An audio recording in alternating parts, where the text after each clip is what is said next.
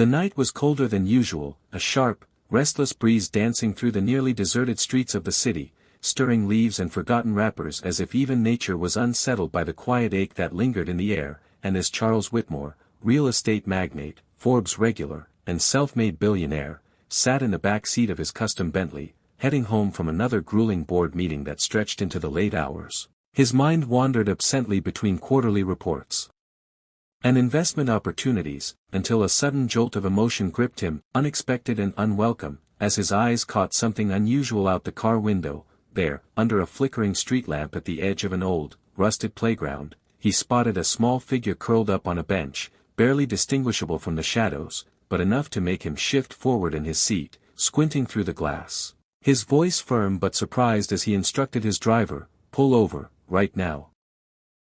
The car eased to a stop, and Charles stepped out into the chill night air, the scent of rain and asphalt reminding him of childhood walks with empty pockets and dreams too big for his shoes, and as he approached, he realized what he was looking at, a little girl, no older than 8, bundled in a torn hoodie several sizes too big, hugging a threadbare teddy bear to her chest as she slept fitfully beneath the open sky, her face pale and smudged with dirt, yet still innocent and fragile in a way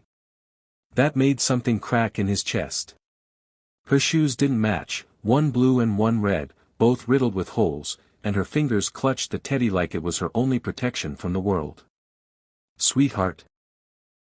he whispered gently, kneeling beside her, careful not to frighten her, and she stirred, blinking at him with wide eyes that held far more fear and weariness than a child should ever carry, and before he could say another word, she flinched, whispering, "Please don't take me back," words that hit him harder than any business loss ever had. "I'm not here to hurt you," he said, trying to sound calm despite the knot in his throat, and just then, from behind the jungle gym, a young woman emerged, early 20s, her face gaunt and pale, hair tangled from days without shelter, eyes wide with panic as she called out, "Sophie," rushing toward them. Charles stood up slowly, watching her wrap her arms around the little girl protectively, her voice shaking as she apologized, explaining they didn't mean to cause any trouble, that the shelters were full, and she was just trying to let her daughter sleep somewhere relatively safe while she kept watch. She introduced herself as Katie, and the pain in her voice was undeniable, not just the struggle of being homeless, but the deeper ache of being invisible, judged, dismissed by every passerby who saw only failure where a fight for survival had taken place, and as she explained how she lost her job when the diner closed, how unemployment ran out, how they stayed with friends until the couch offers dried up, and how the system seemed built to keep people down instead of lifting them up, Charles listened, not as a billionaire, but as a human being, because in her desperation, he saw echoes of his own mother, a woman who worked 3 jobs to keep him fed when his father walked out, and who died before ever seeing the fortune he built. Without overthinking it, he said softly, "Please get in the car. Both of you," and though Katie hesitated, her pride warring with her instincts, she finally nodded, clutching Sophie's hand as they slid into the back seat, the warmth of the vehicle already thawing something in her that had long since frozen. That night, Charles didn't go home to his glass penthouse. Instead, he booked a luxury suite at one of his hotels for Katie and Sophie, ordering room service, sending up pajamas, and asking his assistant to bring toys, clothes, and toiletries before dawn. He told them to rest, to eat, to bathe, and for the first time in weeks, Katie let her guard down, crying silently as she tucked Sophie into a bed with real sheets, whispering thanks she couldn't fully express. That night, Charles stared out at the city lights from his own suite across town, haunted by the look in Sophie's eyes and the way Katie held herself like someone who had learned never to expect help, only hardship. Something shifted in him that night. Not pity, but purpose, the realization that all his wealth meant nothing if he couldn't use it to rewrite stories like theirs. The next morning, he returned with breakfast, and instead of offering money, he offered opportunity. He told Katie about a workforce training program his foundation quietly funded and said he'd personally see her through it if she wanted to try, and though hesitant, she agreed. Over the following months, Charles kept his word. He helped her find a job at one of his upscale cafes, paid for childcare, and enrolled Sophie in a prestigious charter school where she flourished, curious and kind, loved by her teachers for her resilience and talent, especially in art.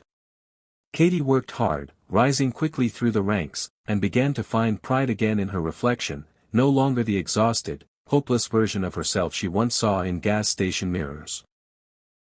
Charles, who once filled his days with meetings and mergers, now made time for school art fairs, evening check-ins, and shared dinners, finding more joy in their laughter than in any million-dollar deal.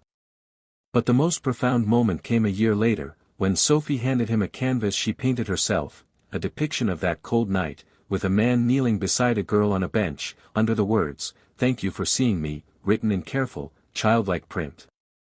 He wept, holding the canvas like it was the most valuable thing he'd ever owned.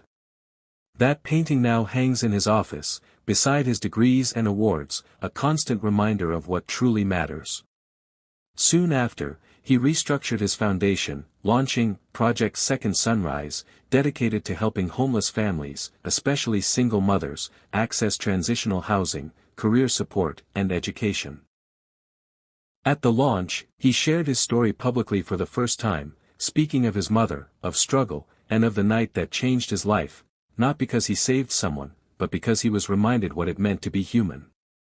Katie, now a program director, stood beside him, strong and radiant, with Sophie holding her hand, and as cameras flashed and applause rose, Charles looked at the little girl who once slept in a playground and smiled, knowing that in choosing to stop that night, to see what others ignored, he hadn't just changed their lives, he had found the part of himself that success alone could never satisfy.